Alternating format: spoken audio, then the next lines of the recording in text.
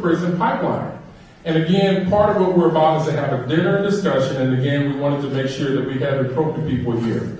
So without much further ado, I'm going to introduce our guest speaker, and I've been knowing Leo Lewis II for a number of years. I think I met him years ago at the Malcolm X Foundation, but I've been very impressed with his work, his commitment, and so on. And by the way, I asked him to send me a little bit of bio or information, and Leo, being the humble person he is, he sent me something real brief, but I will just say that, but also say some other things. Leo defines himself as he's a humanist and a visionary at heart. He's been a volunteer at the Malcolm X Memorial Foundation since 2010. He's commonly referred to as a community activist. I like to use the word advocate, and some of you know I work at Catholic Church, so we love the word advocate. Due to his role in organizing communities around social change, which is very important in this community. Leo has a background in urban farming. I was a little surprised with that. Urban farming, check that out. And community organizing. And he's also a public speaker. I've heard him speak on numerous occasions, and he speaks truth to power. And Leo is that kind of person who not only does he talk the talk, but he walks the walk. And I'm very impressed with what he's about and what he's about. The other thing is, Leo had a meeting earlier, I think in November, with a group of parents and folks over at North High School. And they produced some notes and things that showed me that they're serious about organizing this community about how to reduce these numbers. So with that, much further ado, I'd like to invite Leo Lewis II to the podium.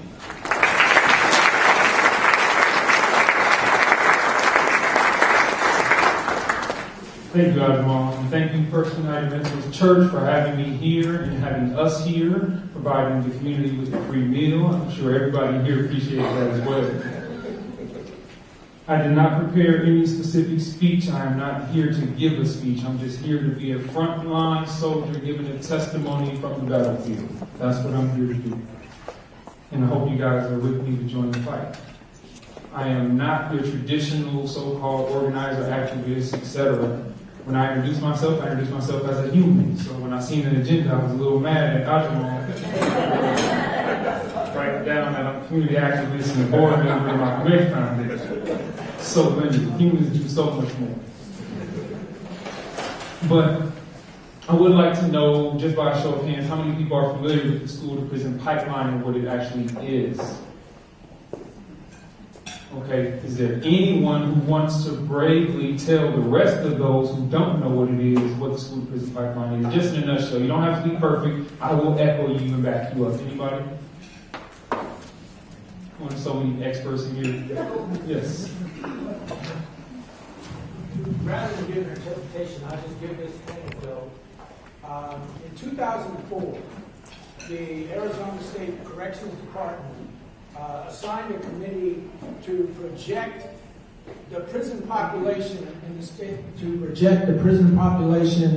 of Arizona in 20 years. And the Arizona Republic newspaper, where I read this, said that that committee was studying, among other things, the reading test scores of 4th grade students. Because the rule of thumb is that a child who is not reading up to grade level by the 4th grade has such a high potential to never catch up that they will be the core of those who will eventually drop out of school before the 12th grade. And the prison to pipeline, to me, the correction system itself knows how this works. So this is not something that the black community is overreacting to. The correction system themselves have to figure out where all the customers are coming from, just like any other business. And when I read that, I said, there it is, right there. Thank you. Thank you. Excellent synopsis of what happens in the school-to-prison pipeline. So, the school-to-prison pipeline, just to echo what Mr. Brooks said, is that when a child starts to fall behind in education for a number of reasons, mainly disciplinary, that child is more likely to drop out of high school, more likely to run into a police officer, have disproportionate minority contact with a police officer, and then end up in the juvenile justice system. Once a child gets in that system, tends to repeat offenses and then goes to prison. Very simple, school to prison pipeline. But what I want to talk about is us. I want to start with us first. Too many people think that I'm having a conversation about kids, but they forget what I'm actually talking about. The other week, we had a presentation at the Malcolm X Center, and there was a young man who's an entrepreneur. He does phenomenal work in the community. He came through and he told his life story and explained how he became an entrepreneur. Now, one thing that was different from him than his classmates was simply the fact that he was driven to be an entrepreneur. But his classmate in junior high was not so driven. This young man had been diagnosed as ADD or ADHD when he was younger. And so he was put on special education and put on meds and had IEP and all these things. And he ended up getting kicked out of his junior high school. When he was kicked out of his junior high school, he was put into Yates, which was an alternative school. Now, this young man, when he told us his testimony last week of how he became an entrepreneur, said, you know, it's crazy because I never thought I'd be standing here because I was in the same class as Nico Jenkins. Now, that resonated with me because I'm saying, I am an adult now. I'm a father, I'm married, I have children, I've been to school, I graduated, and I look around this room and I see other adults. But there are adults who are not in this room because they're in prison right now. And they were victims of the school to prison pipeline and nobody noticed it. This pipeline has existed for over 20 years. For those who don't really know the history of the school to prison pipeline, in the 1980s, when the Reagan administration decided that it was going to have a zero tolerance policy on drug offenders, what it also decided to do was school systems decided they were going to adopt that policy because zero tolerance sounded like such a catchy thing to use to discipline children in school. So they said, you know what, we're going to do zero tolerance in schools. Now, I am not an expert. I am not the professor. I have no letters behind my name other than the second because I'm my father's son. That's it. But when I did my research, I started to see that there is a clear history of the school to prison pipeline that is well documented. And it comes from the fear of people who had institutions to run and they had people who they thought were disposable and needed to get rid of them. So they didn't want to deal with them or adjust the institution whatsoever. They said, you know what, it's better we just get rid of them. Much like suspensions today. You suspend a child today, they're going to come back to school uneducated, falling behind in class, and repeat the same behavior. This perpetuates the school to prison pipeline. It's not rocket science, it doesn't take a lot of thinking. In the 2 days that child has out of school, what do they do? Play video games, eat junk food, sleep all day, come back to school, and know nothing different. My goal is to change that. So when I'm having this conversation tonight, I won't be long, because I know Admiral gave me a timer. But what I will say is that it's the adults of today that are going to change it for the children of tomorrow. Now, this is not fluffy language. This is real language. You have real decisions to make when you leave this room tonight. So I'm not here to give you a feel-good speech and make you think that you had a great conversation and you're going to go back to your community and say, yeah, that was a nice dinner and that Leo really spoke well. You can say that, I appreciate it. But at the same time, you still have to do something. You still have to get involved in some way. Because you're the adults right now who are making decisions for children who can't make a decision for themselves. And so that brings me to how I even got involved in this whole process in the first place.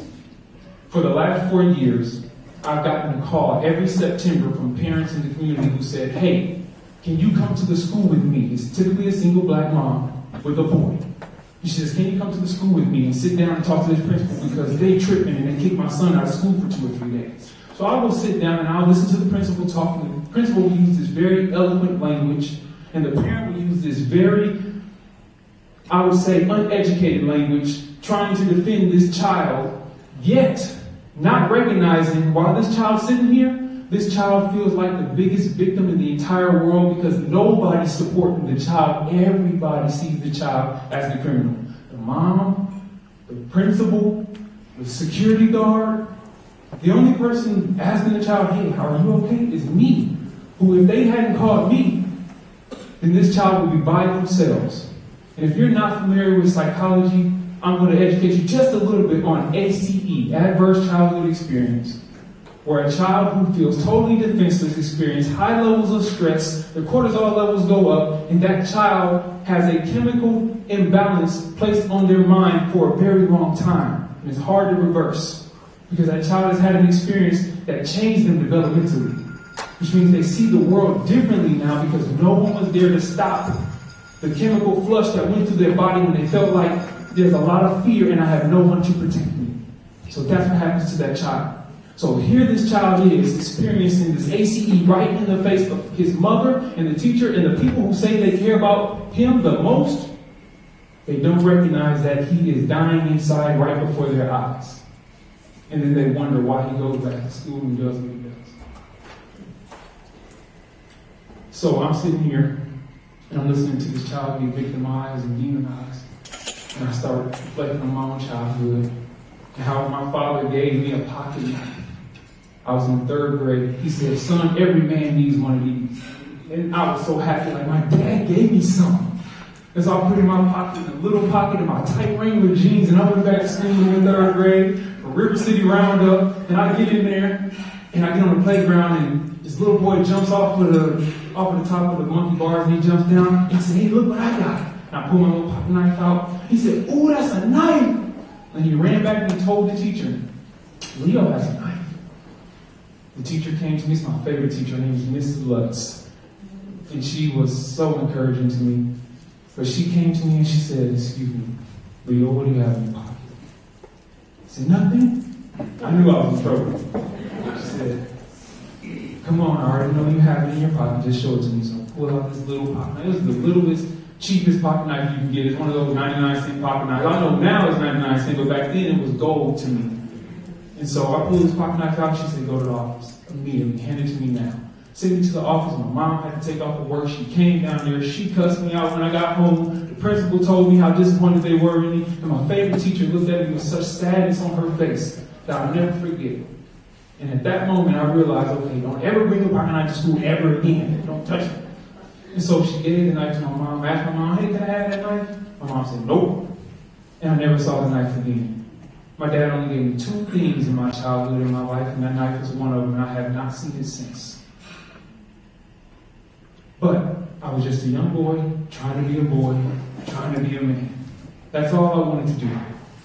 But back to this young man who's reminding me of me now. As he sits here and he gets chastised. And I listen to the principal talk, and the principal will say, well, yeah, we got to suspend him, and mom, is there any problems going on at home, etc. And then the mother would normally say things like, no, he gets good rest, I feed him good, he's doing okay, I tell him to clean his room, he is falling behind in his homework, I just can't seem to get him to fill out his homework and turn it in, and he loses it and all of this and that. And at the end of the conversation, the parent feels defeated because the parent doesn't feel like she was heard at all, and she felt she had to play a game to keep her child in school, to make sure that the school didn't pick on this child anymore or pick on her, more importantly, to call her off of work so she didn't miss any more hours and had to pick this kid up. So this went on for about 4 years. Every September, it was a different parent in the community, and I just thought, maybe I'm just that cool and people like me, they want to talk to me, and I'm just a cool guy to be a surrogate father for just 10 minutes to go to the school and sit down with the principal.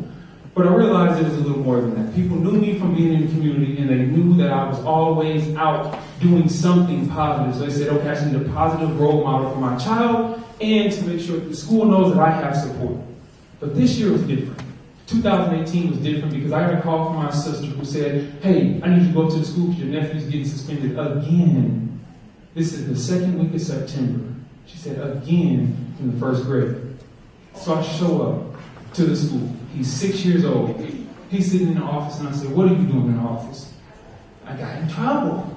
I said, okay, what'd you do? Well, me and the boys, we would play fighting on the playground, and then and he told me this story about him and his friends play fighting on the playground. Meanwhile, the principal, who's nowhere to be seen because she's out dealing with other staff members and other kids, she's not available, but there's another kid that comes flying into the office while me and my nephew are having this conversation. And this other kid sits down in the chair, he says, to my nephew, he says, oh, is this your dad? And my nephew said, no. He said, oh, who is you? So I'm his uncle. He said, he got beat up. That's what the other kid said about my nephew. He got beat up. They would beat him up on the playground. I said, really? What happened?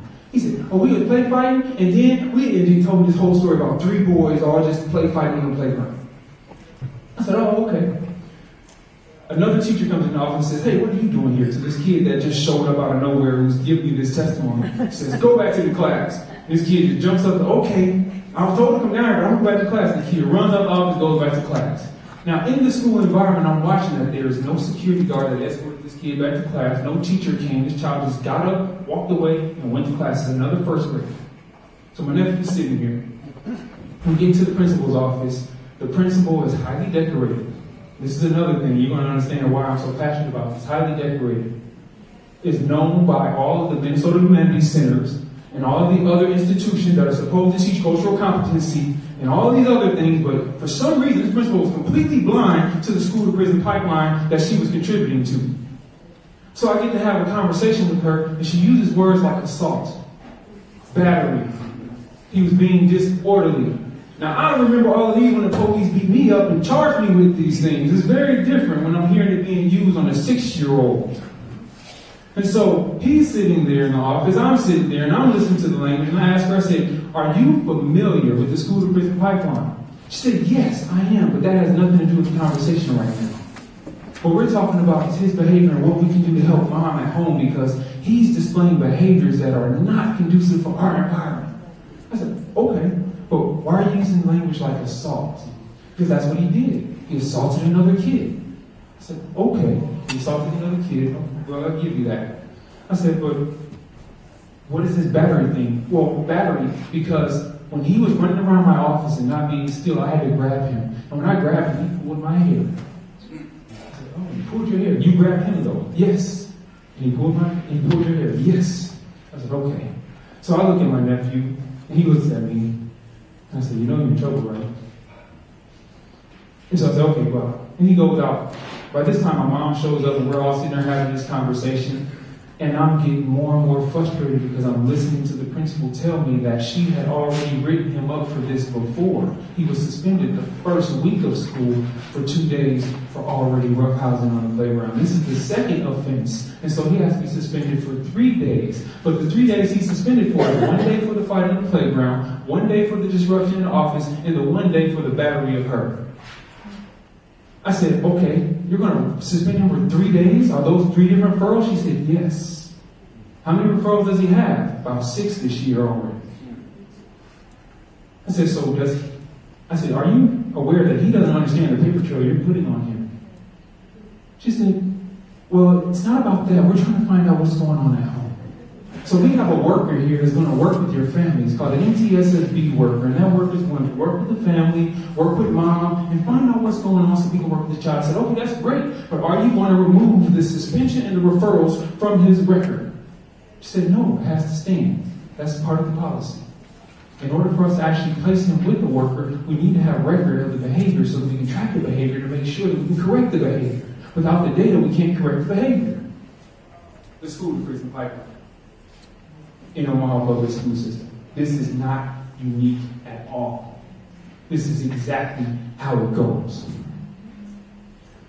So, that's the story of my nephew. That's what alarmed me to the scenario. So I went back to my house and I went to my bookshelf, which I have a number of books, and I grabbed one of my books off the shelf, which happened to be educational psychology, something that teachers might have seen during their tenure in college.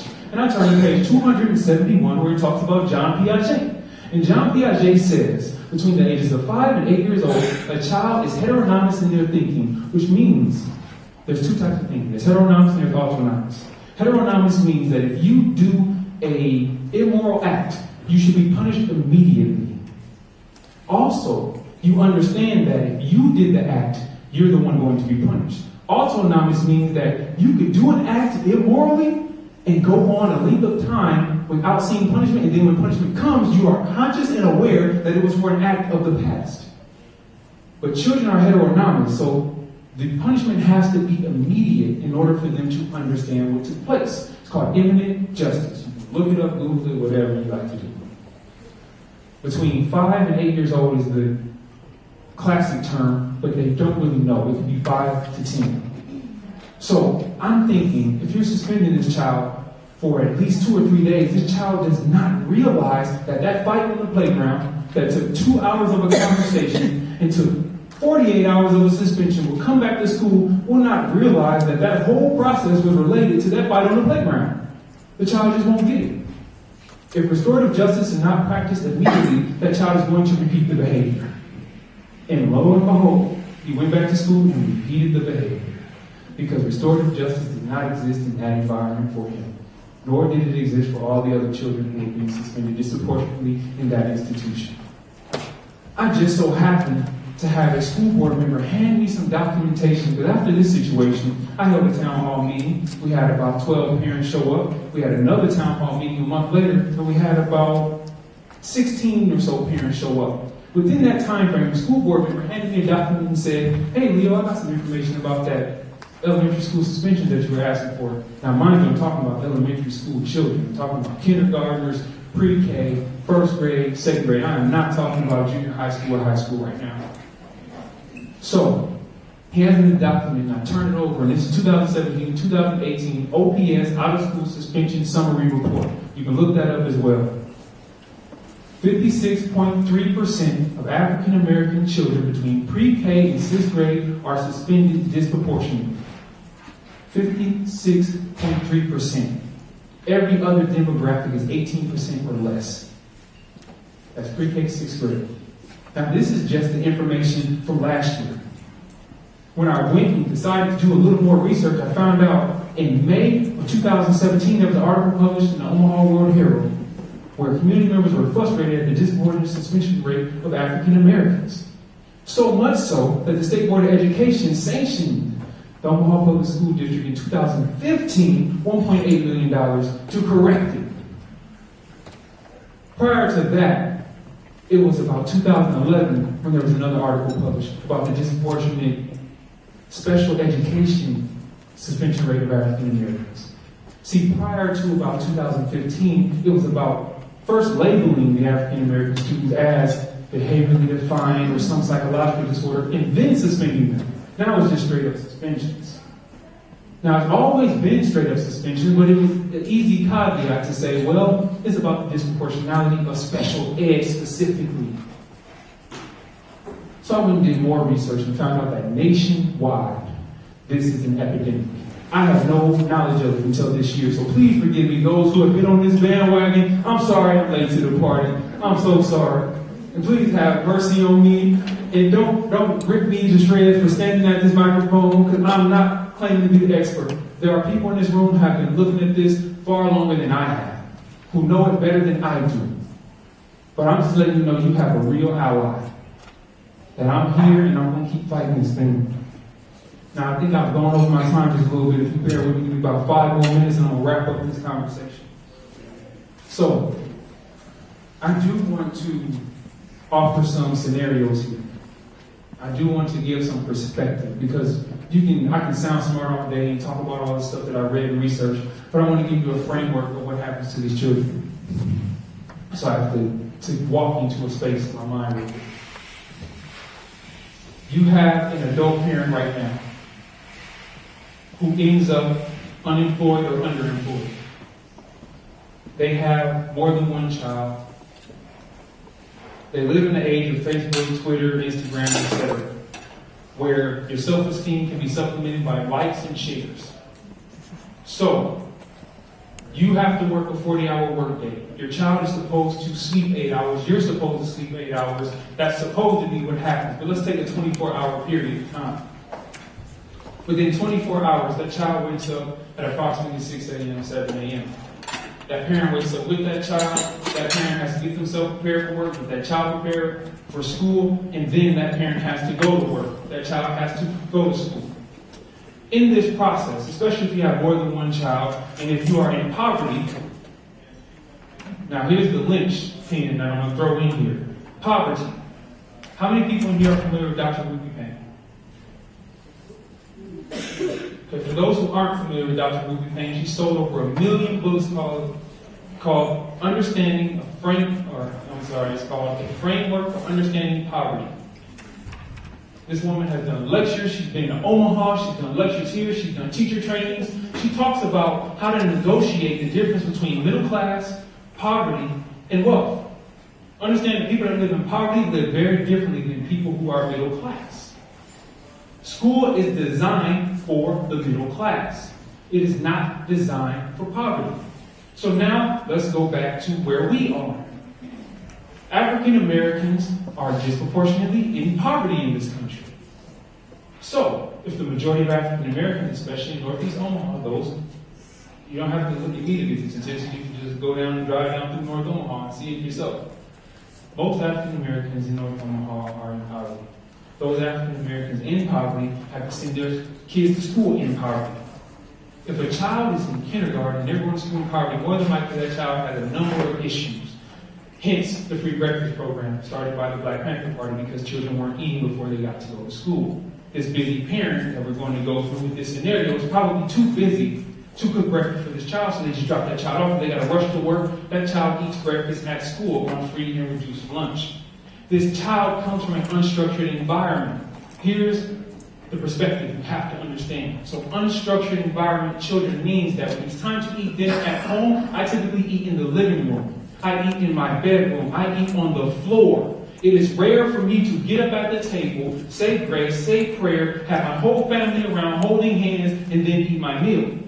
So this child, when they get to the cafeteria in the middle of the school day, will sit at the cafeteria table and won't know how to sit still because they're not used to it. Their home environment does not reflect the same thing as the middle class school environment does. Another thing that a great mentor of mine explained to me is that this child, African American in poverty, does not come from an ethnic group that's recognized within the Omaha Public School District as an ethnic group or nationality, which means if a child speaks Spanish and asks their kindergarten teacher for a pen or pencil in Spanish, that teacher will say, "Let me go get an interpreter for you." If this black child walks up to the teacher and says, "I'll be needing a pencil, teach," the teacher is going to say, "That is improper, that is wrong, say it the right way." You have destroyed this child's self-esteem because you told them that their language that they speak natively is incorrect, which is Ebonics. You have destroyed this child's self-esteem. Now this child realizes that there's a big difference between them and the rest of the other students. Because this child's native language is not in formal register. And this is something that Dr. Marie Payne talks about extensively, is formal register. Formal register is a type of language that we speak in the middle class. Most poor children don't speak in formal register. They speak in informal register or casual. And because of that, that child is going to talk around an issue, talk around in subjects, and then when it's time to actually have a test, which child has to read and write in formal register, that child's going to struggle real hard. Because they come from poverty, they come from an environment where they don't understand that. And they don't have a parent that actually understands it either. This parent is barely passing job interviews because they don't speak the right language either. So it's this cyclical cycle of poverty that goes on. So the child's experiencing the same thing the parents experience. Parents getting fired, child getting kicked out of school. And it just keeps going. So then we have all the support programs that come in and try to lift the parent up, and try to get them going and all those things. But by that time, it's already too late. There's so much to this thing. Now, I can keep going on with this scenario, but I want to get us to the table talk and get us to the part where we have this discussion. But I'm going to ask you to do one thing, and that is get involved. Don't leave this room because it was a good conversation and go home and say, "Yeah, that was great. Now, what do I do?" You can pick up a flyer that's on the table. You can go to the website. You can fill out the contact form. You can send in a donation. You can actually dedicate some time to this issue, because what you don't know is that this is not an isolated situation. Nico Jenkins was blasted on the news for about 2 years. We got tired of seeing his face on the newspaper. We got tired of seeing him on the cover of Omaha Road Herald and on KTV every once in a while. Sick of hearing about him. But he's the product of the school prison pipeline. He's a product of poverty. He's a product of somebody failing to diagnose him properly at a very young age because they thought he was just a bad kid. So when we look to our left and our right, and we look at why are there no black parents in this room? Because right now, somewhere in Omaha, there's a single black mother trying to raise a bunch of children and put them to bed and still find time to relieve her own stress so that she can get up and do it all over again tomorrow. And that child's going to walk into school with this unstructured mindset, no pencil, shoes untied, probably didn't get to wash their face one time. And they're going to deal with a teacher who expects structure of them, who expects excellence of them, but does not know how to speak to them. And so when they have their misunderstanding for the child, that is going to cost them their education. But for the teacher, it's just going to give them a little breath of fresh air to not have 2 days of a class with this child. This is what suspension does. So this is my testimony from the front line. I'm Leo, my number's on the flyer. Send me a text message with your name and say that you want to get involved. I will add you to the list and keep you informed of all of the things that we're going to do. And bless you all. Thank you.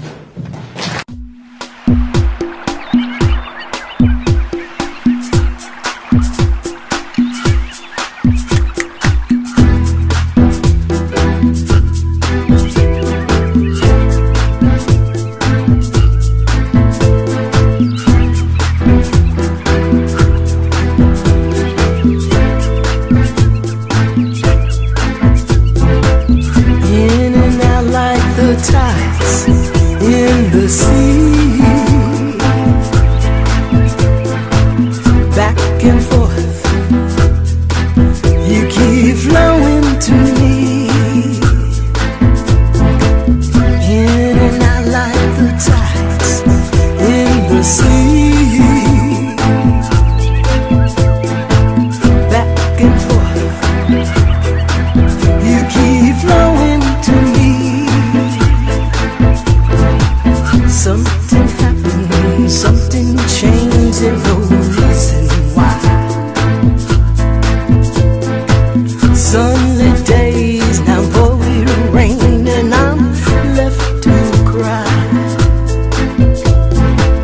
Raindrops fall from my eyes now, and I feel like a painted clown, in and out like the tides in the sea, back and forth, you keep flowing to me, in and out like the tides in the sea.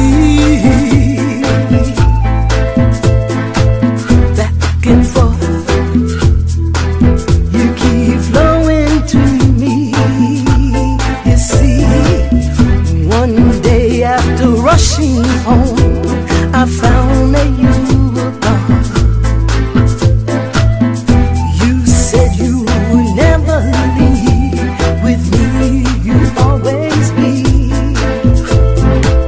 Built my hopes and dreams for two, I gave all my love to you. In and out like the tide,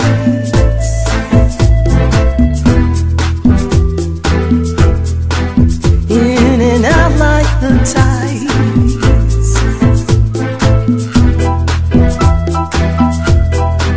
in the sea, back and forth, you keep flowing to me. Something happened, something changed, no reason why. Sunny days now pour with rain, and I'm left to cry. Raindrops fall from my eyes now.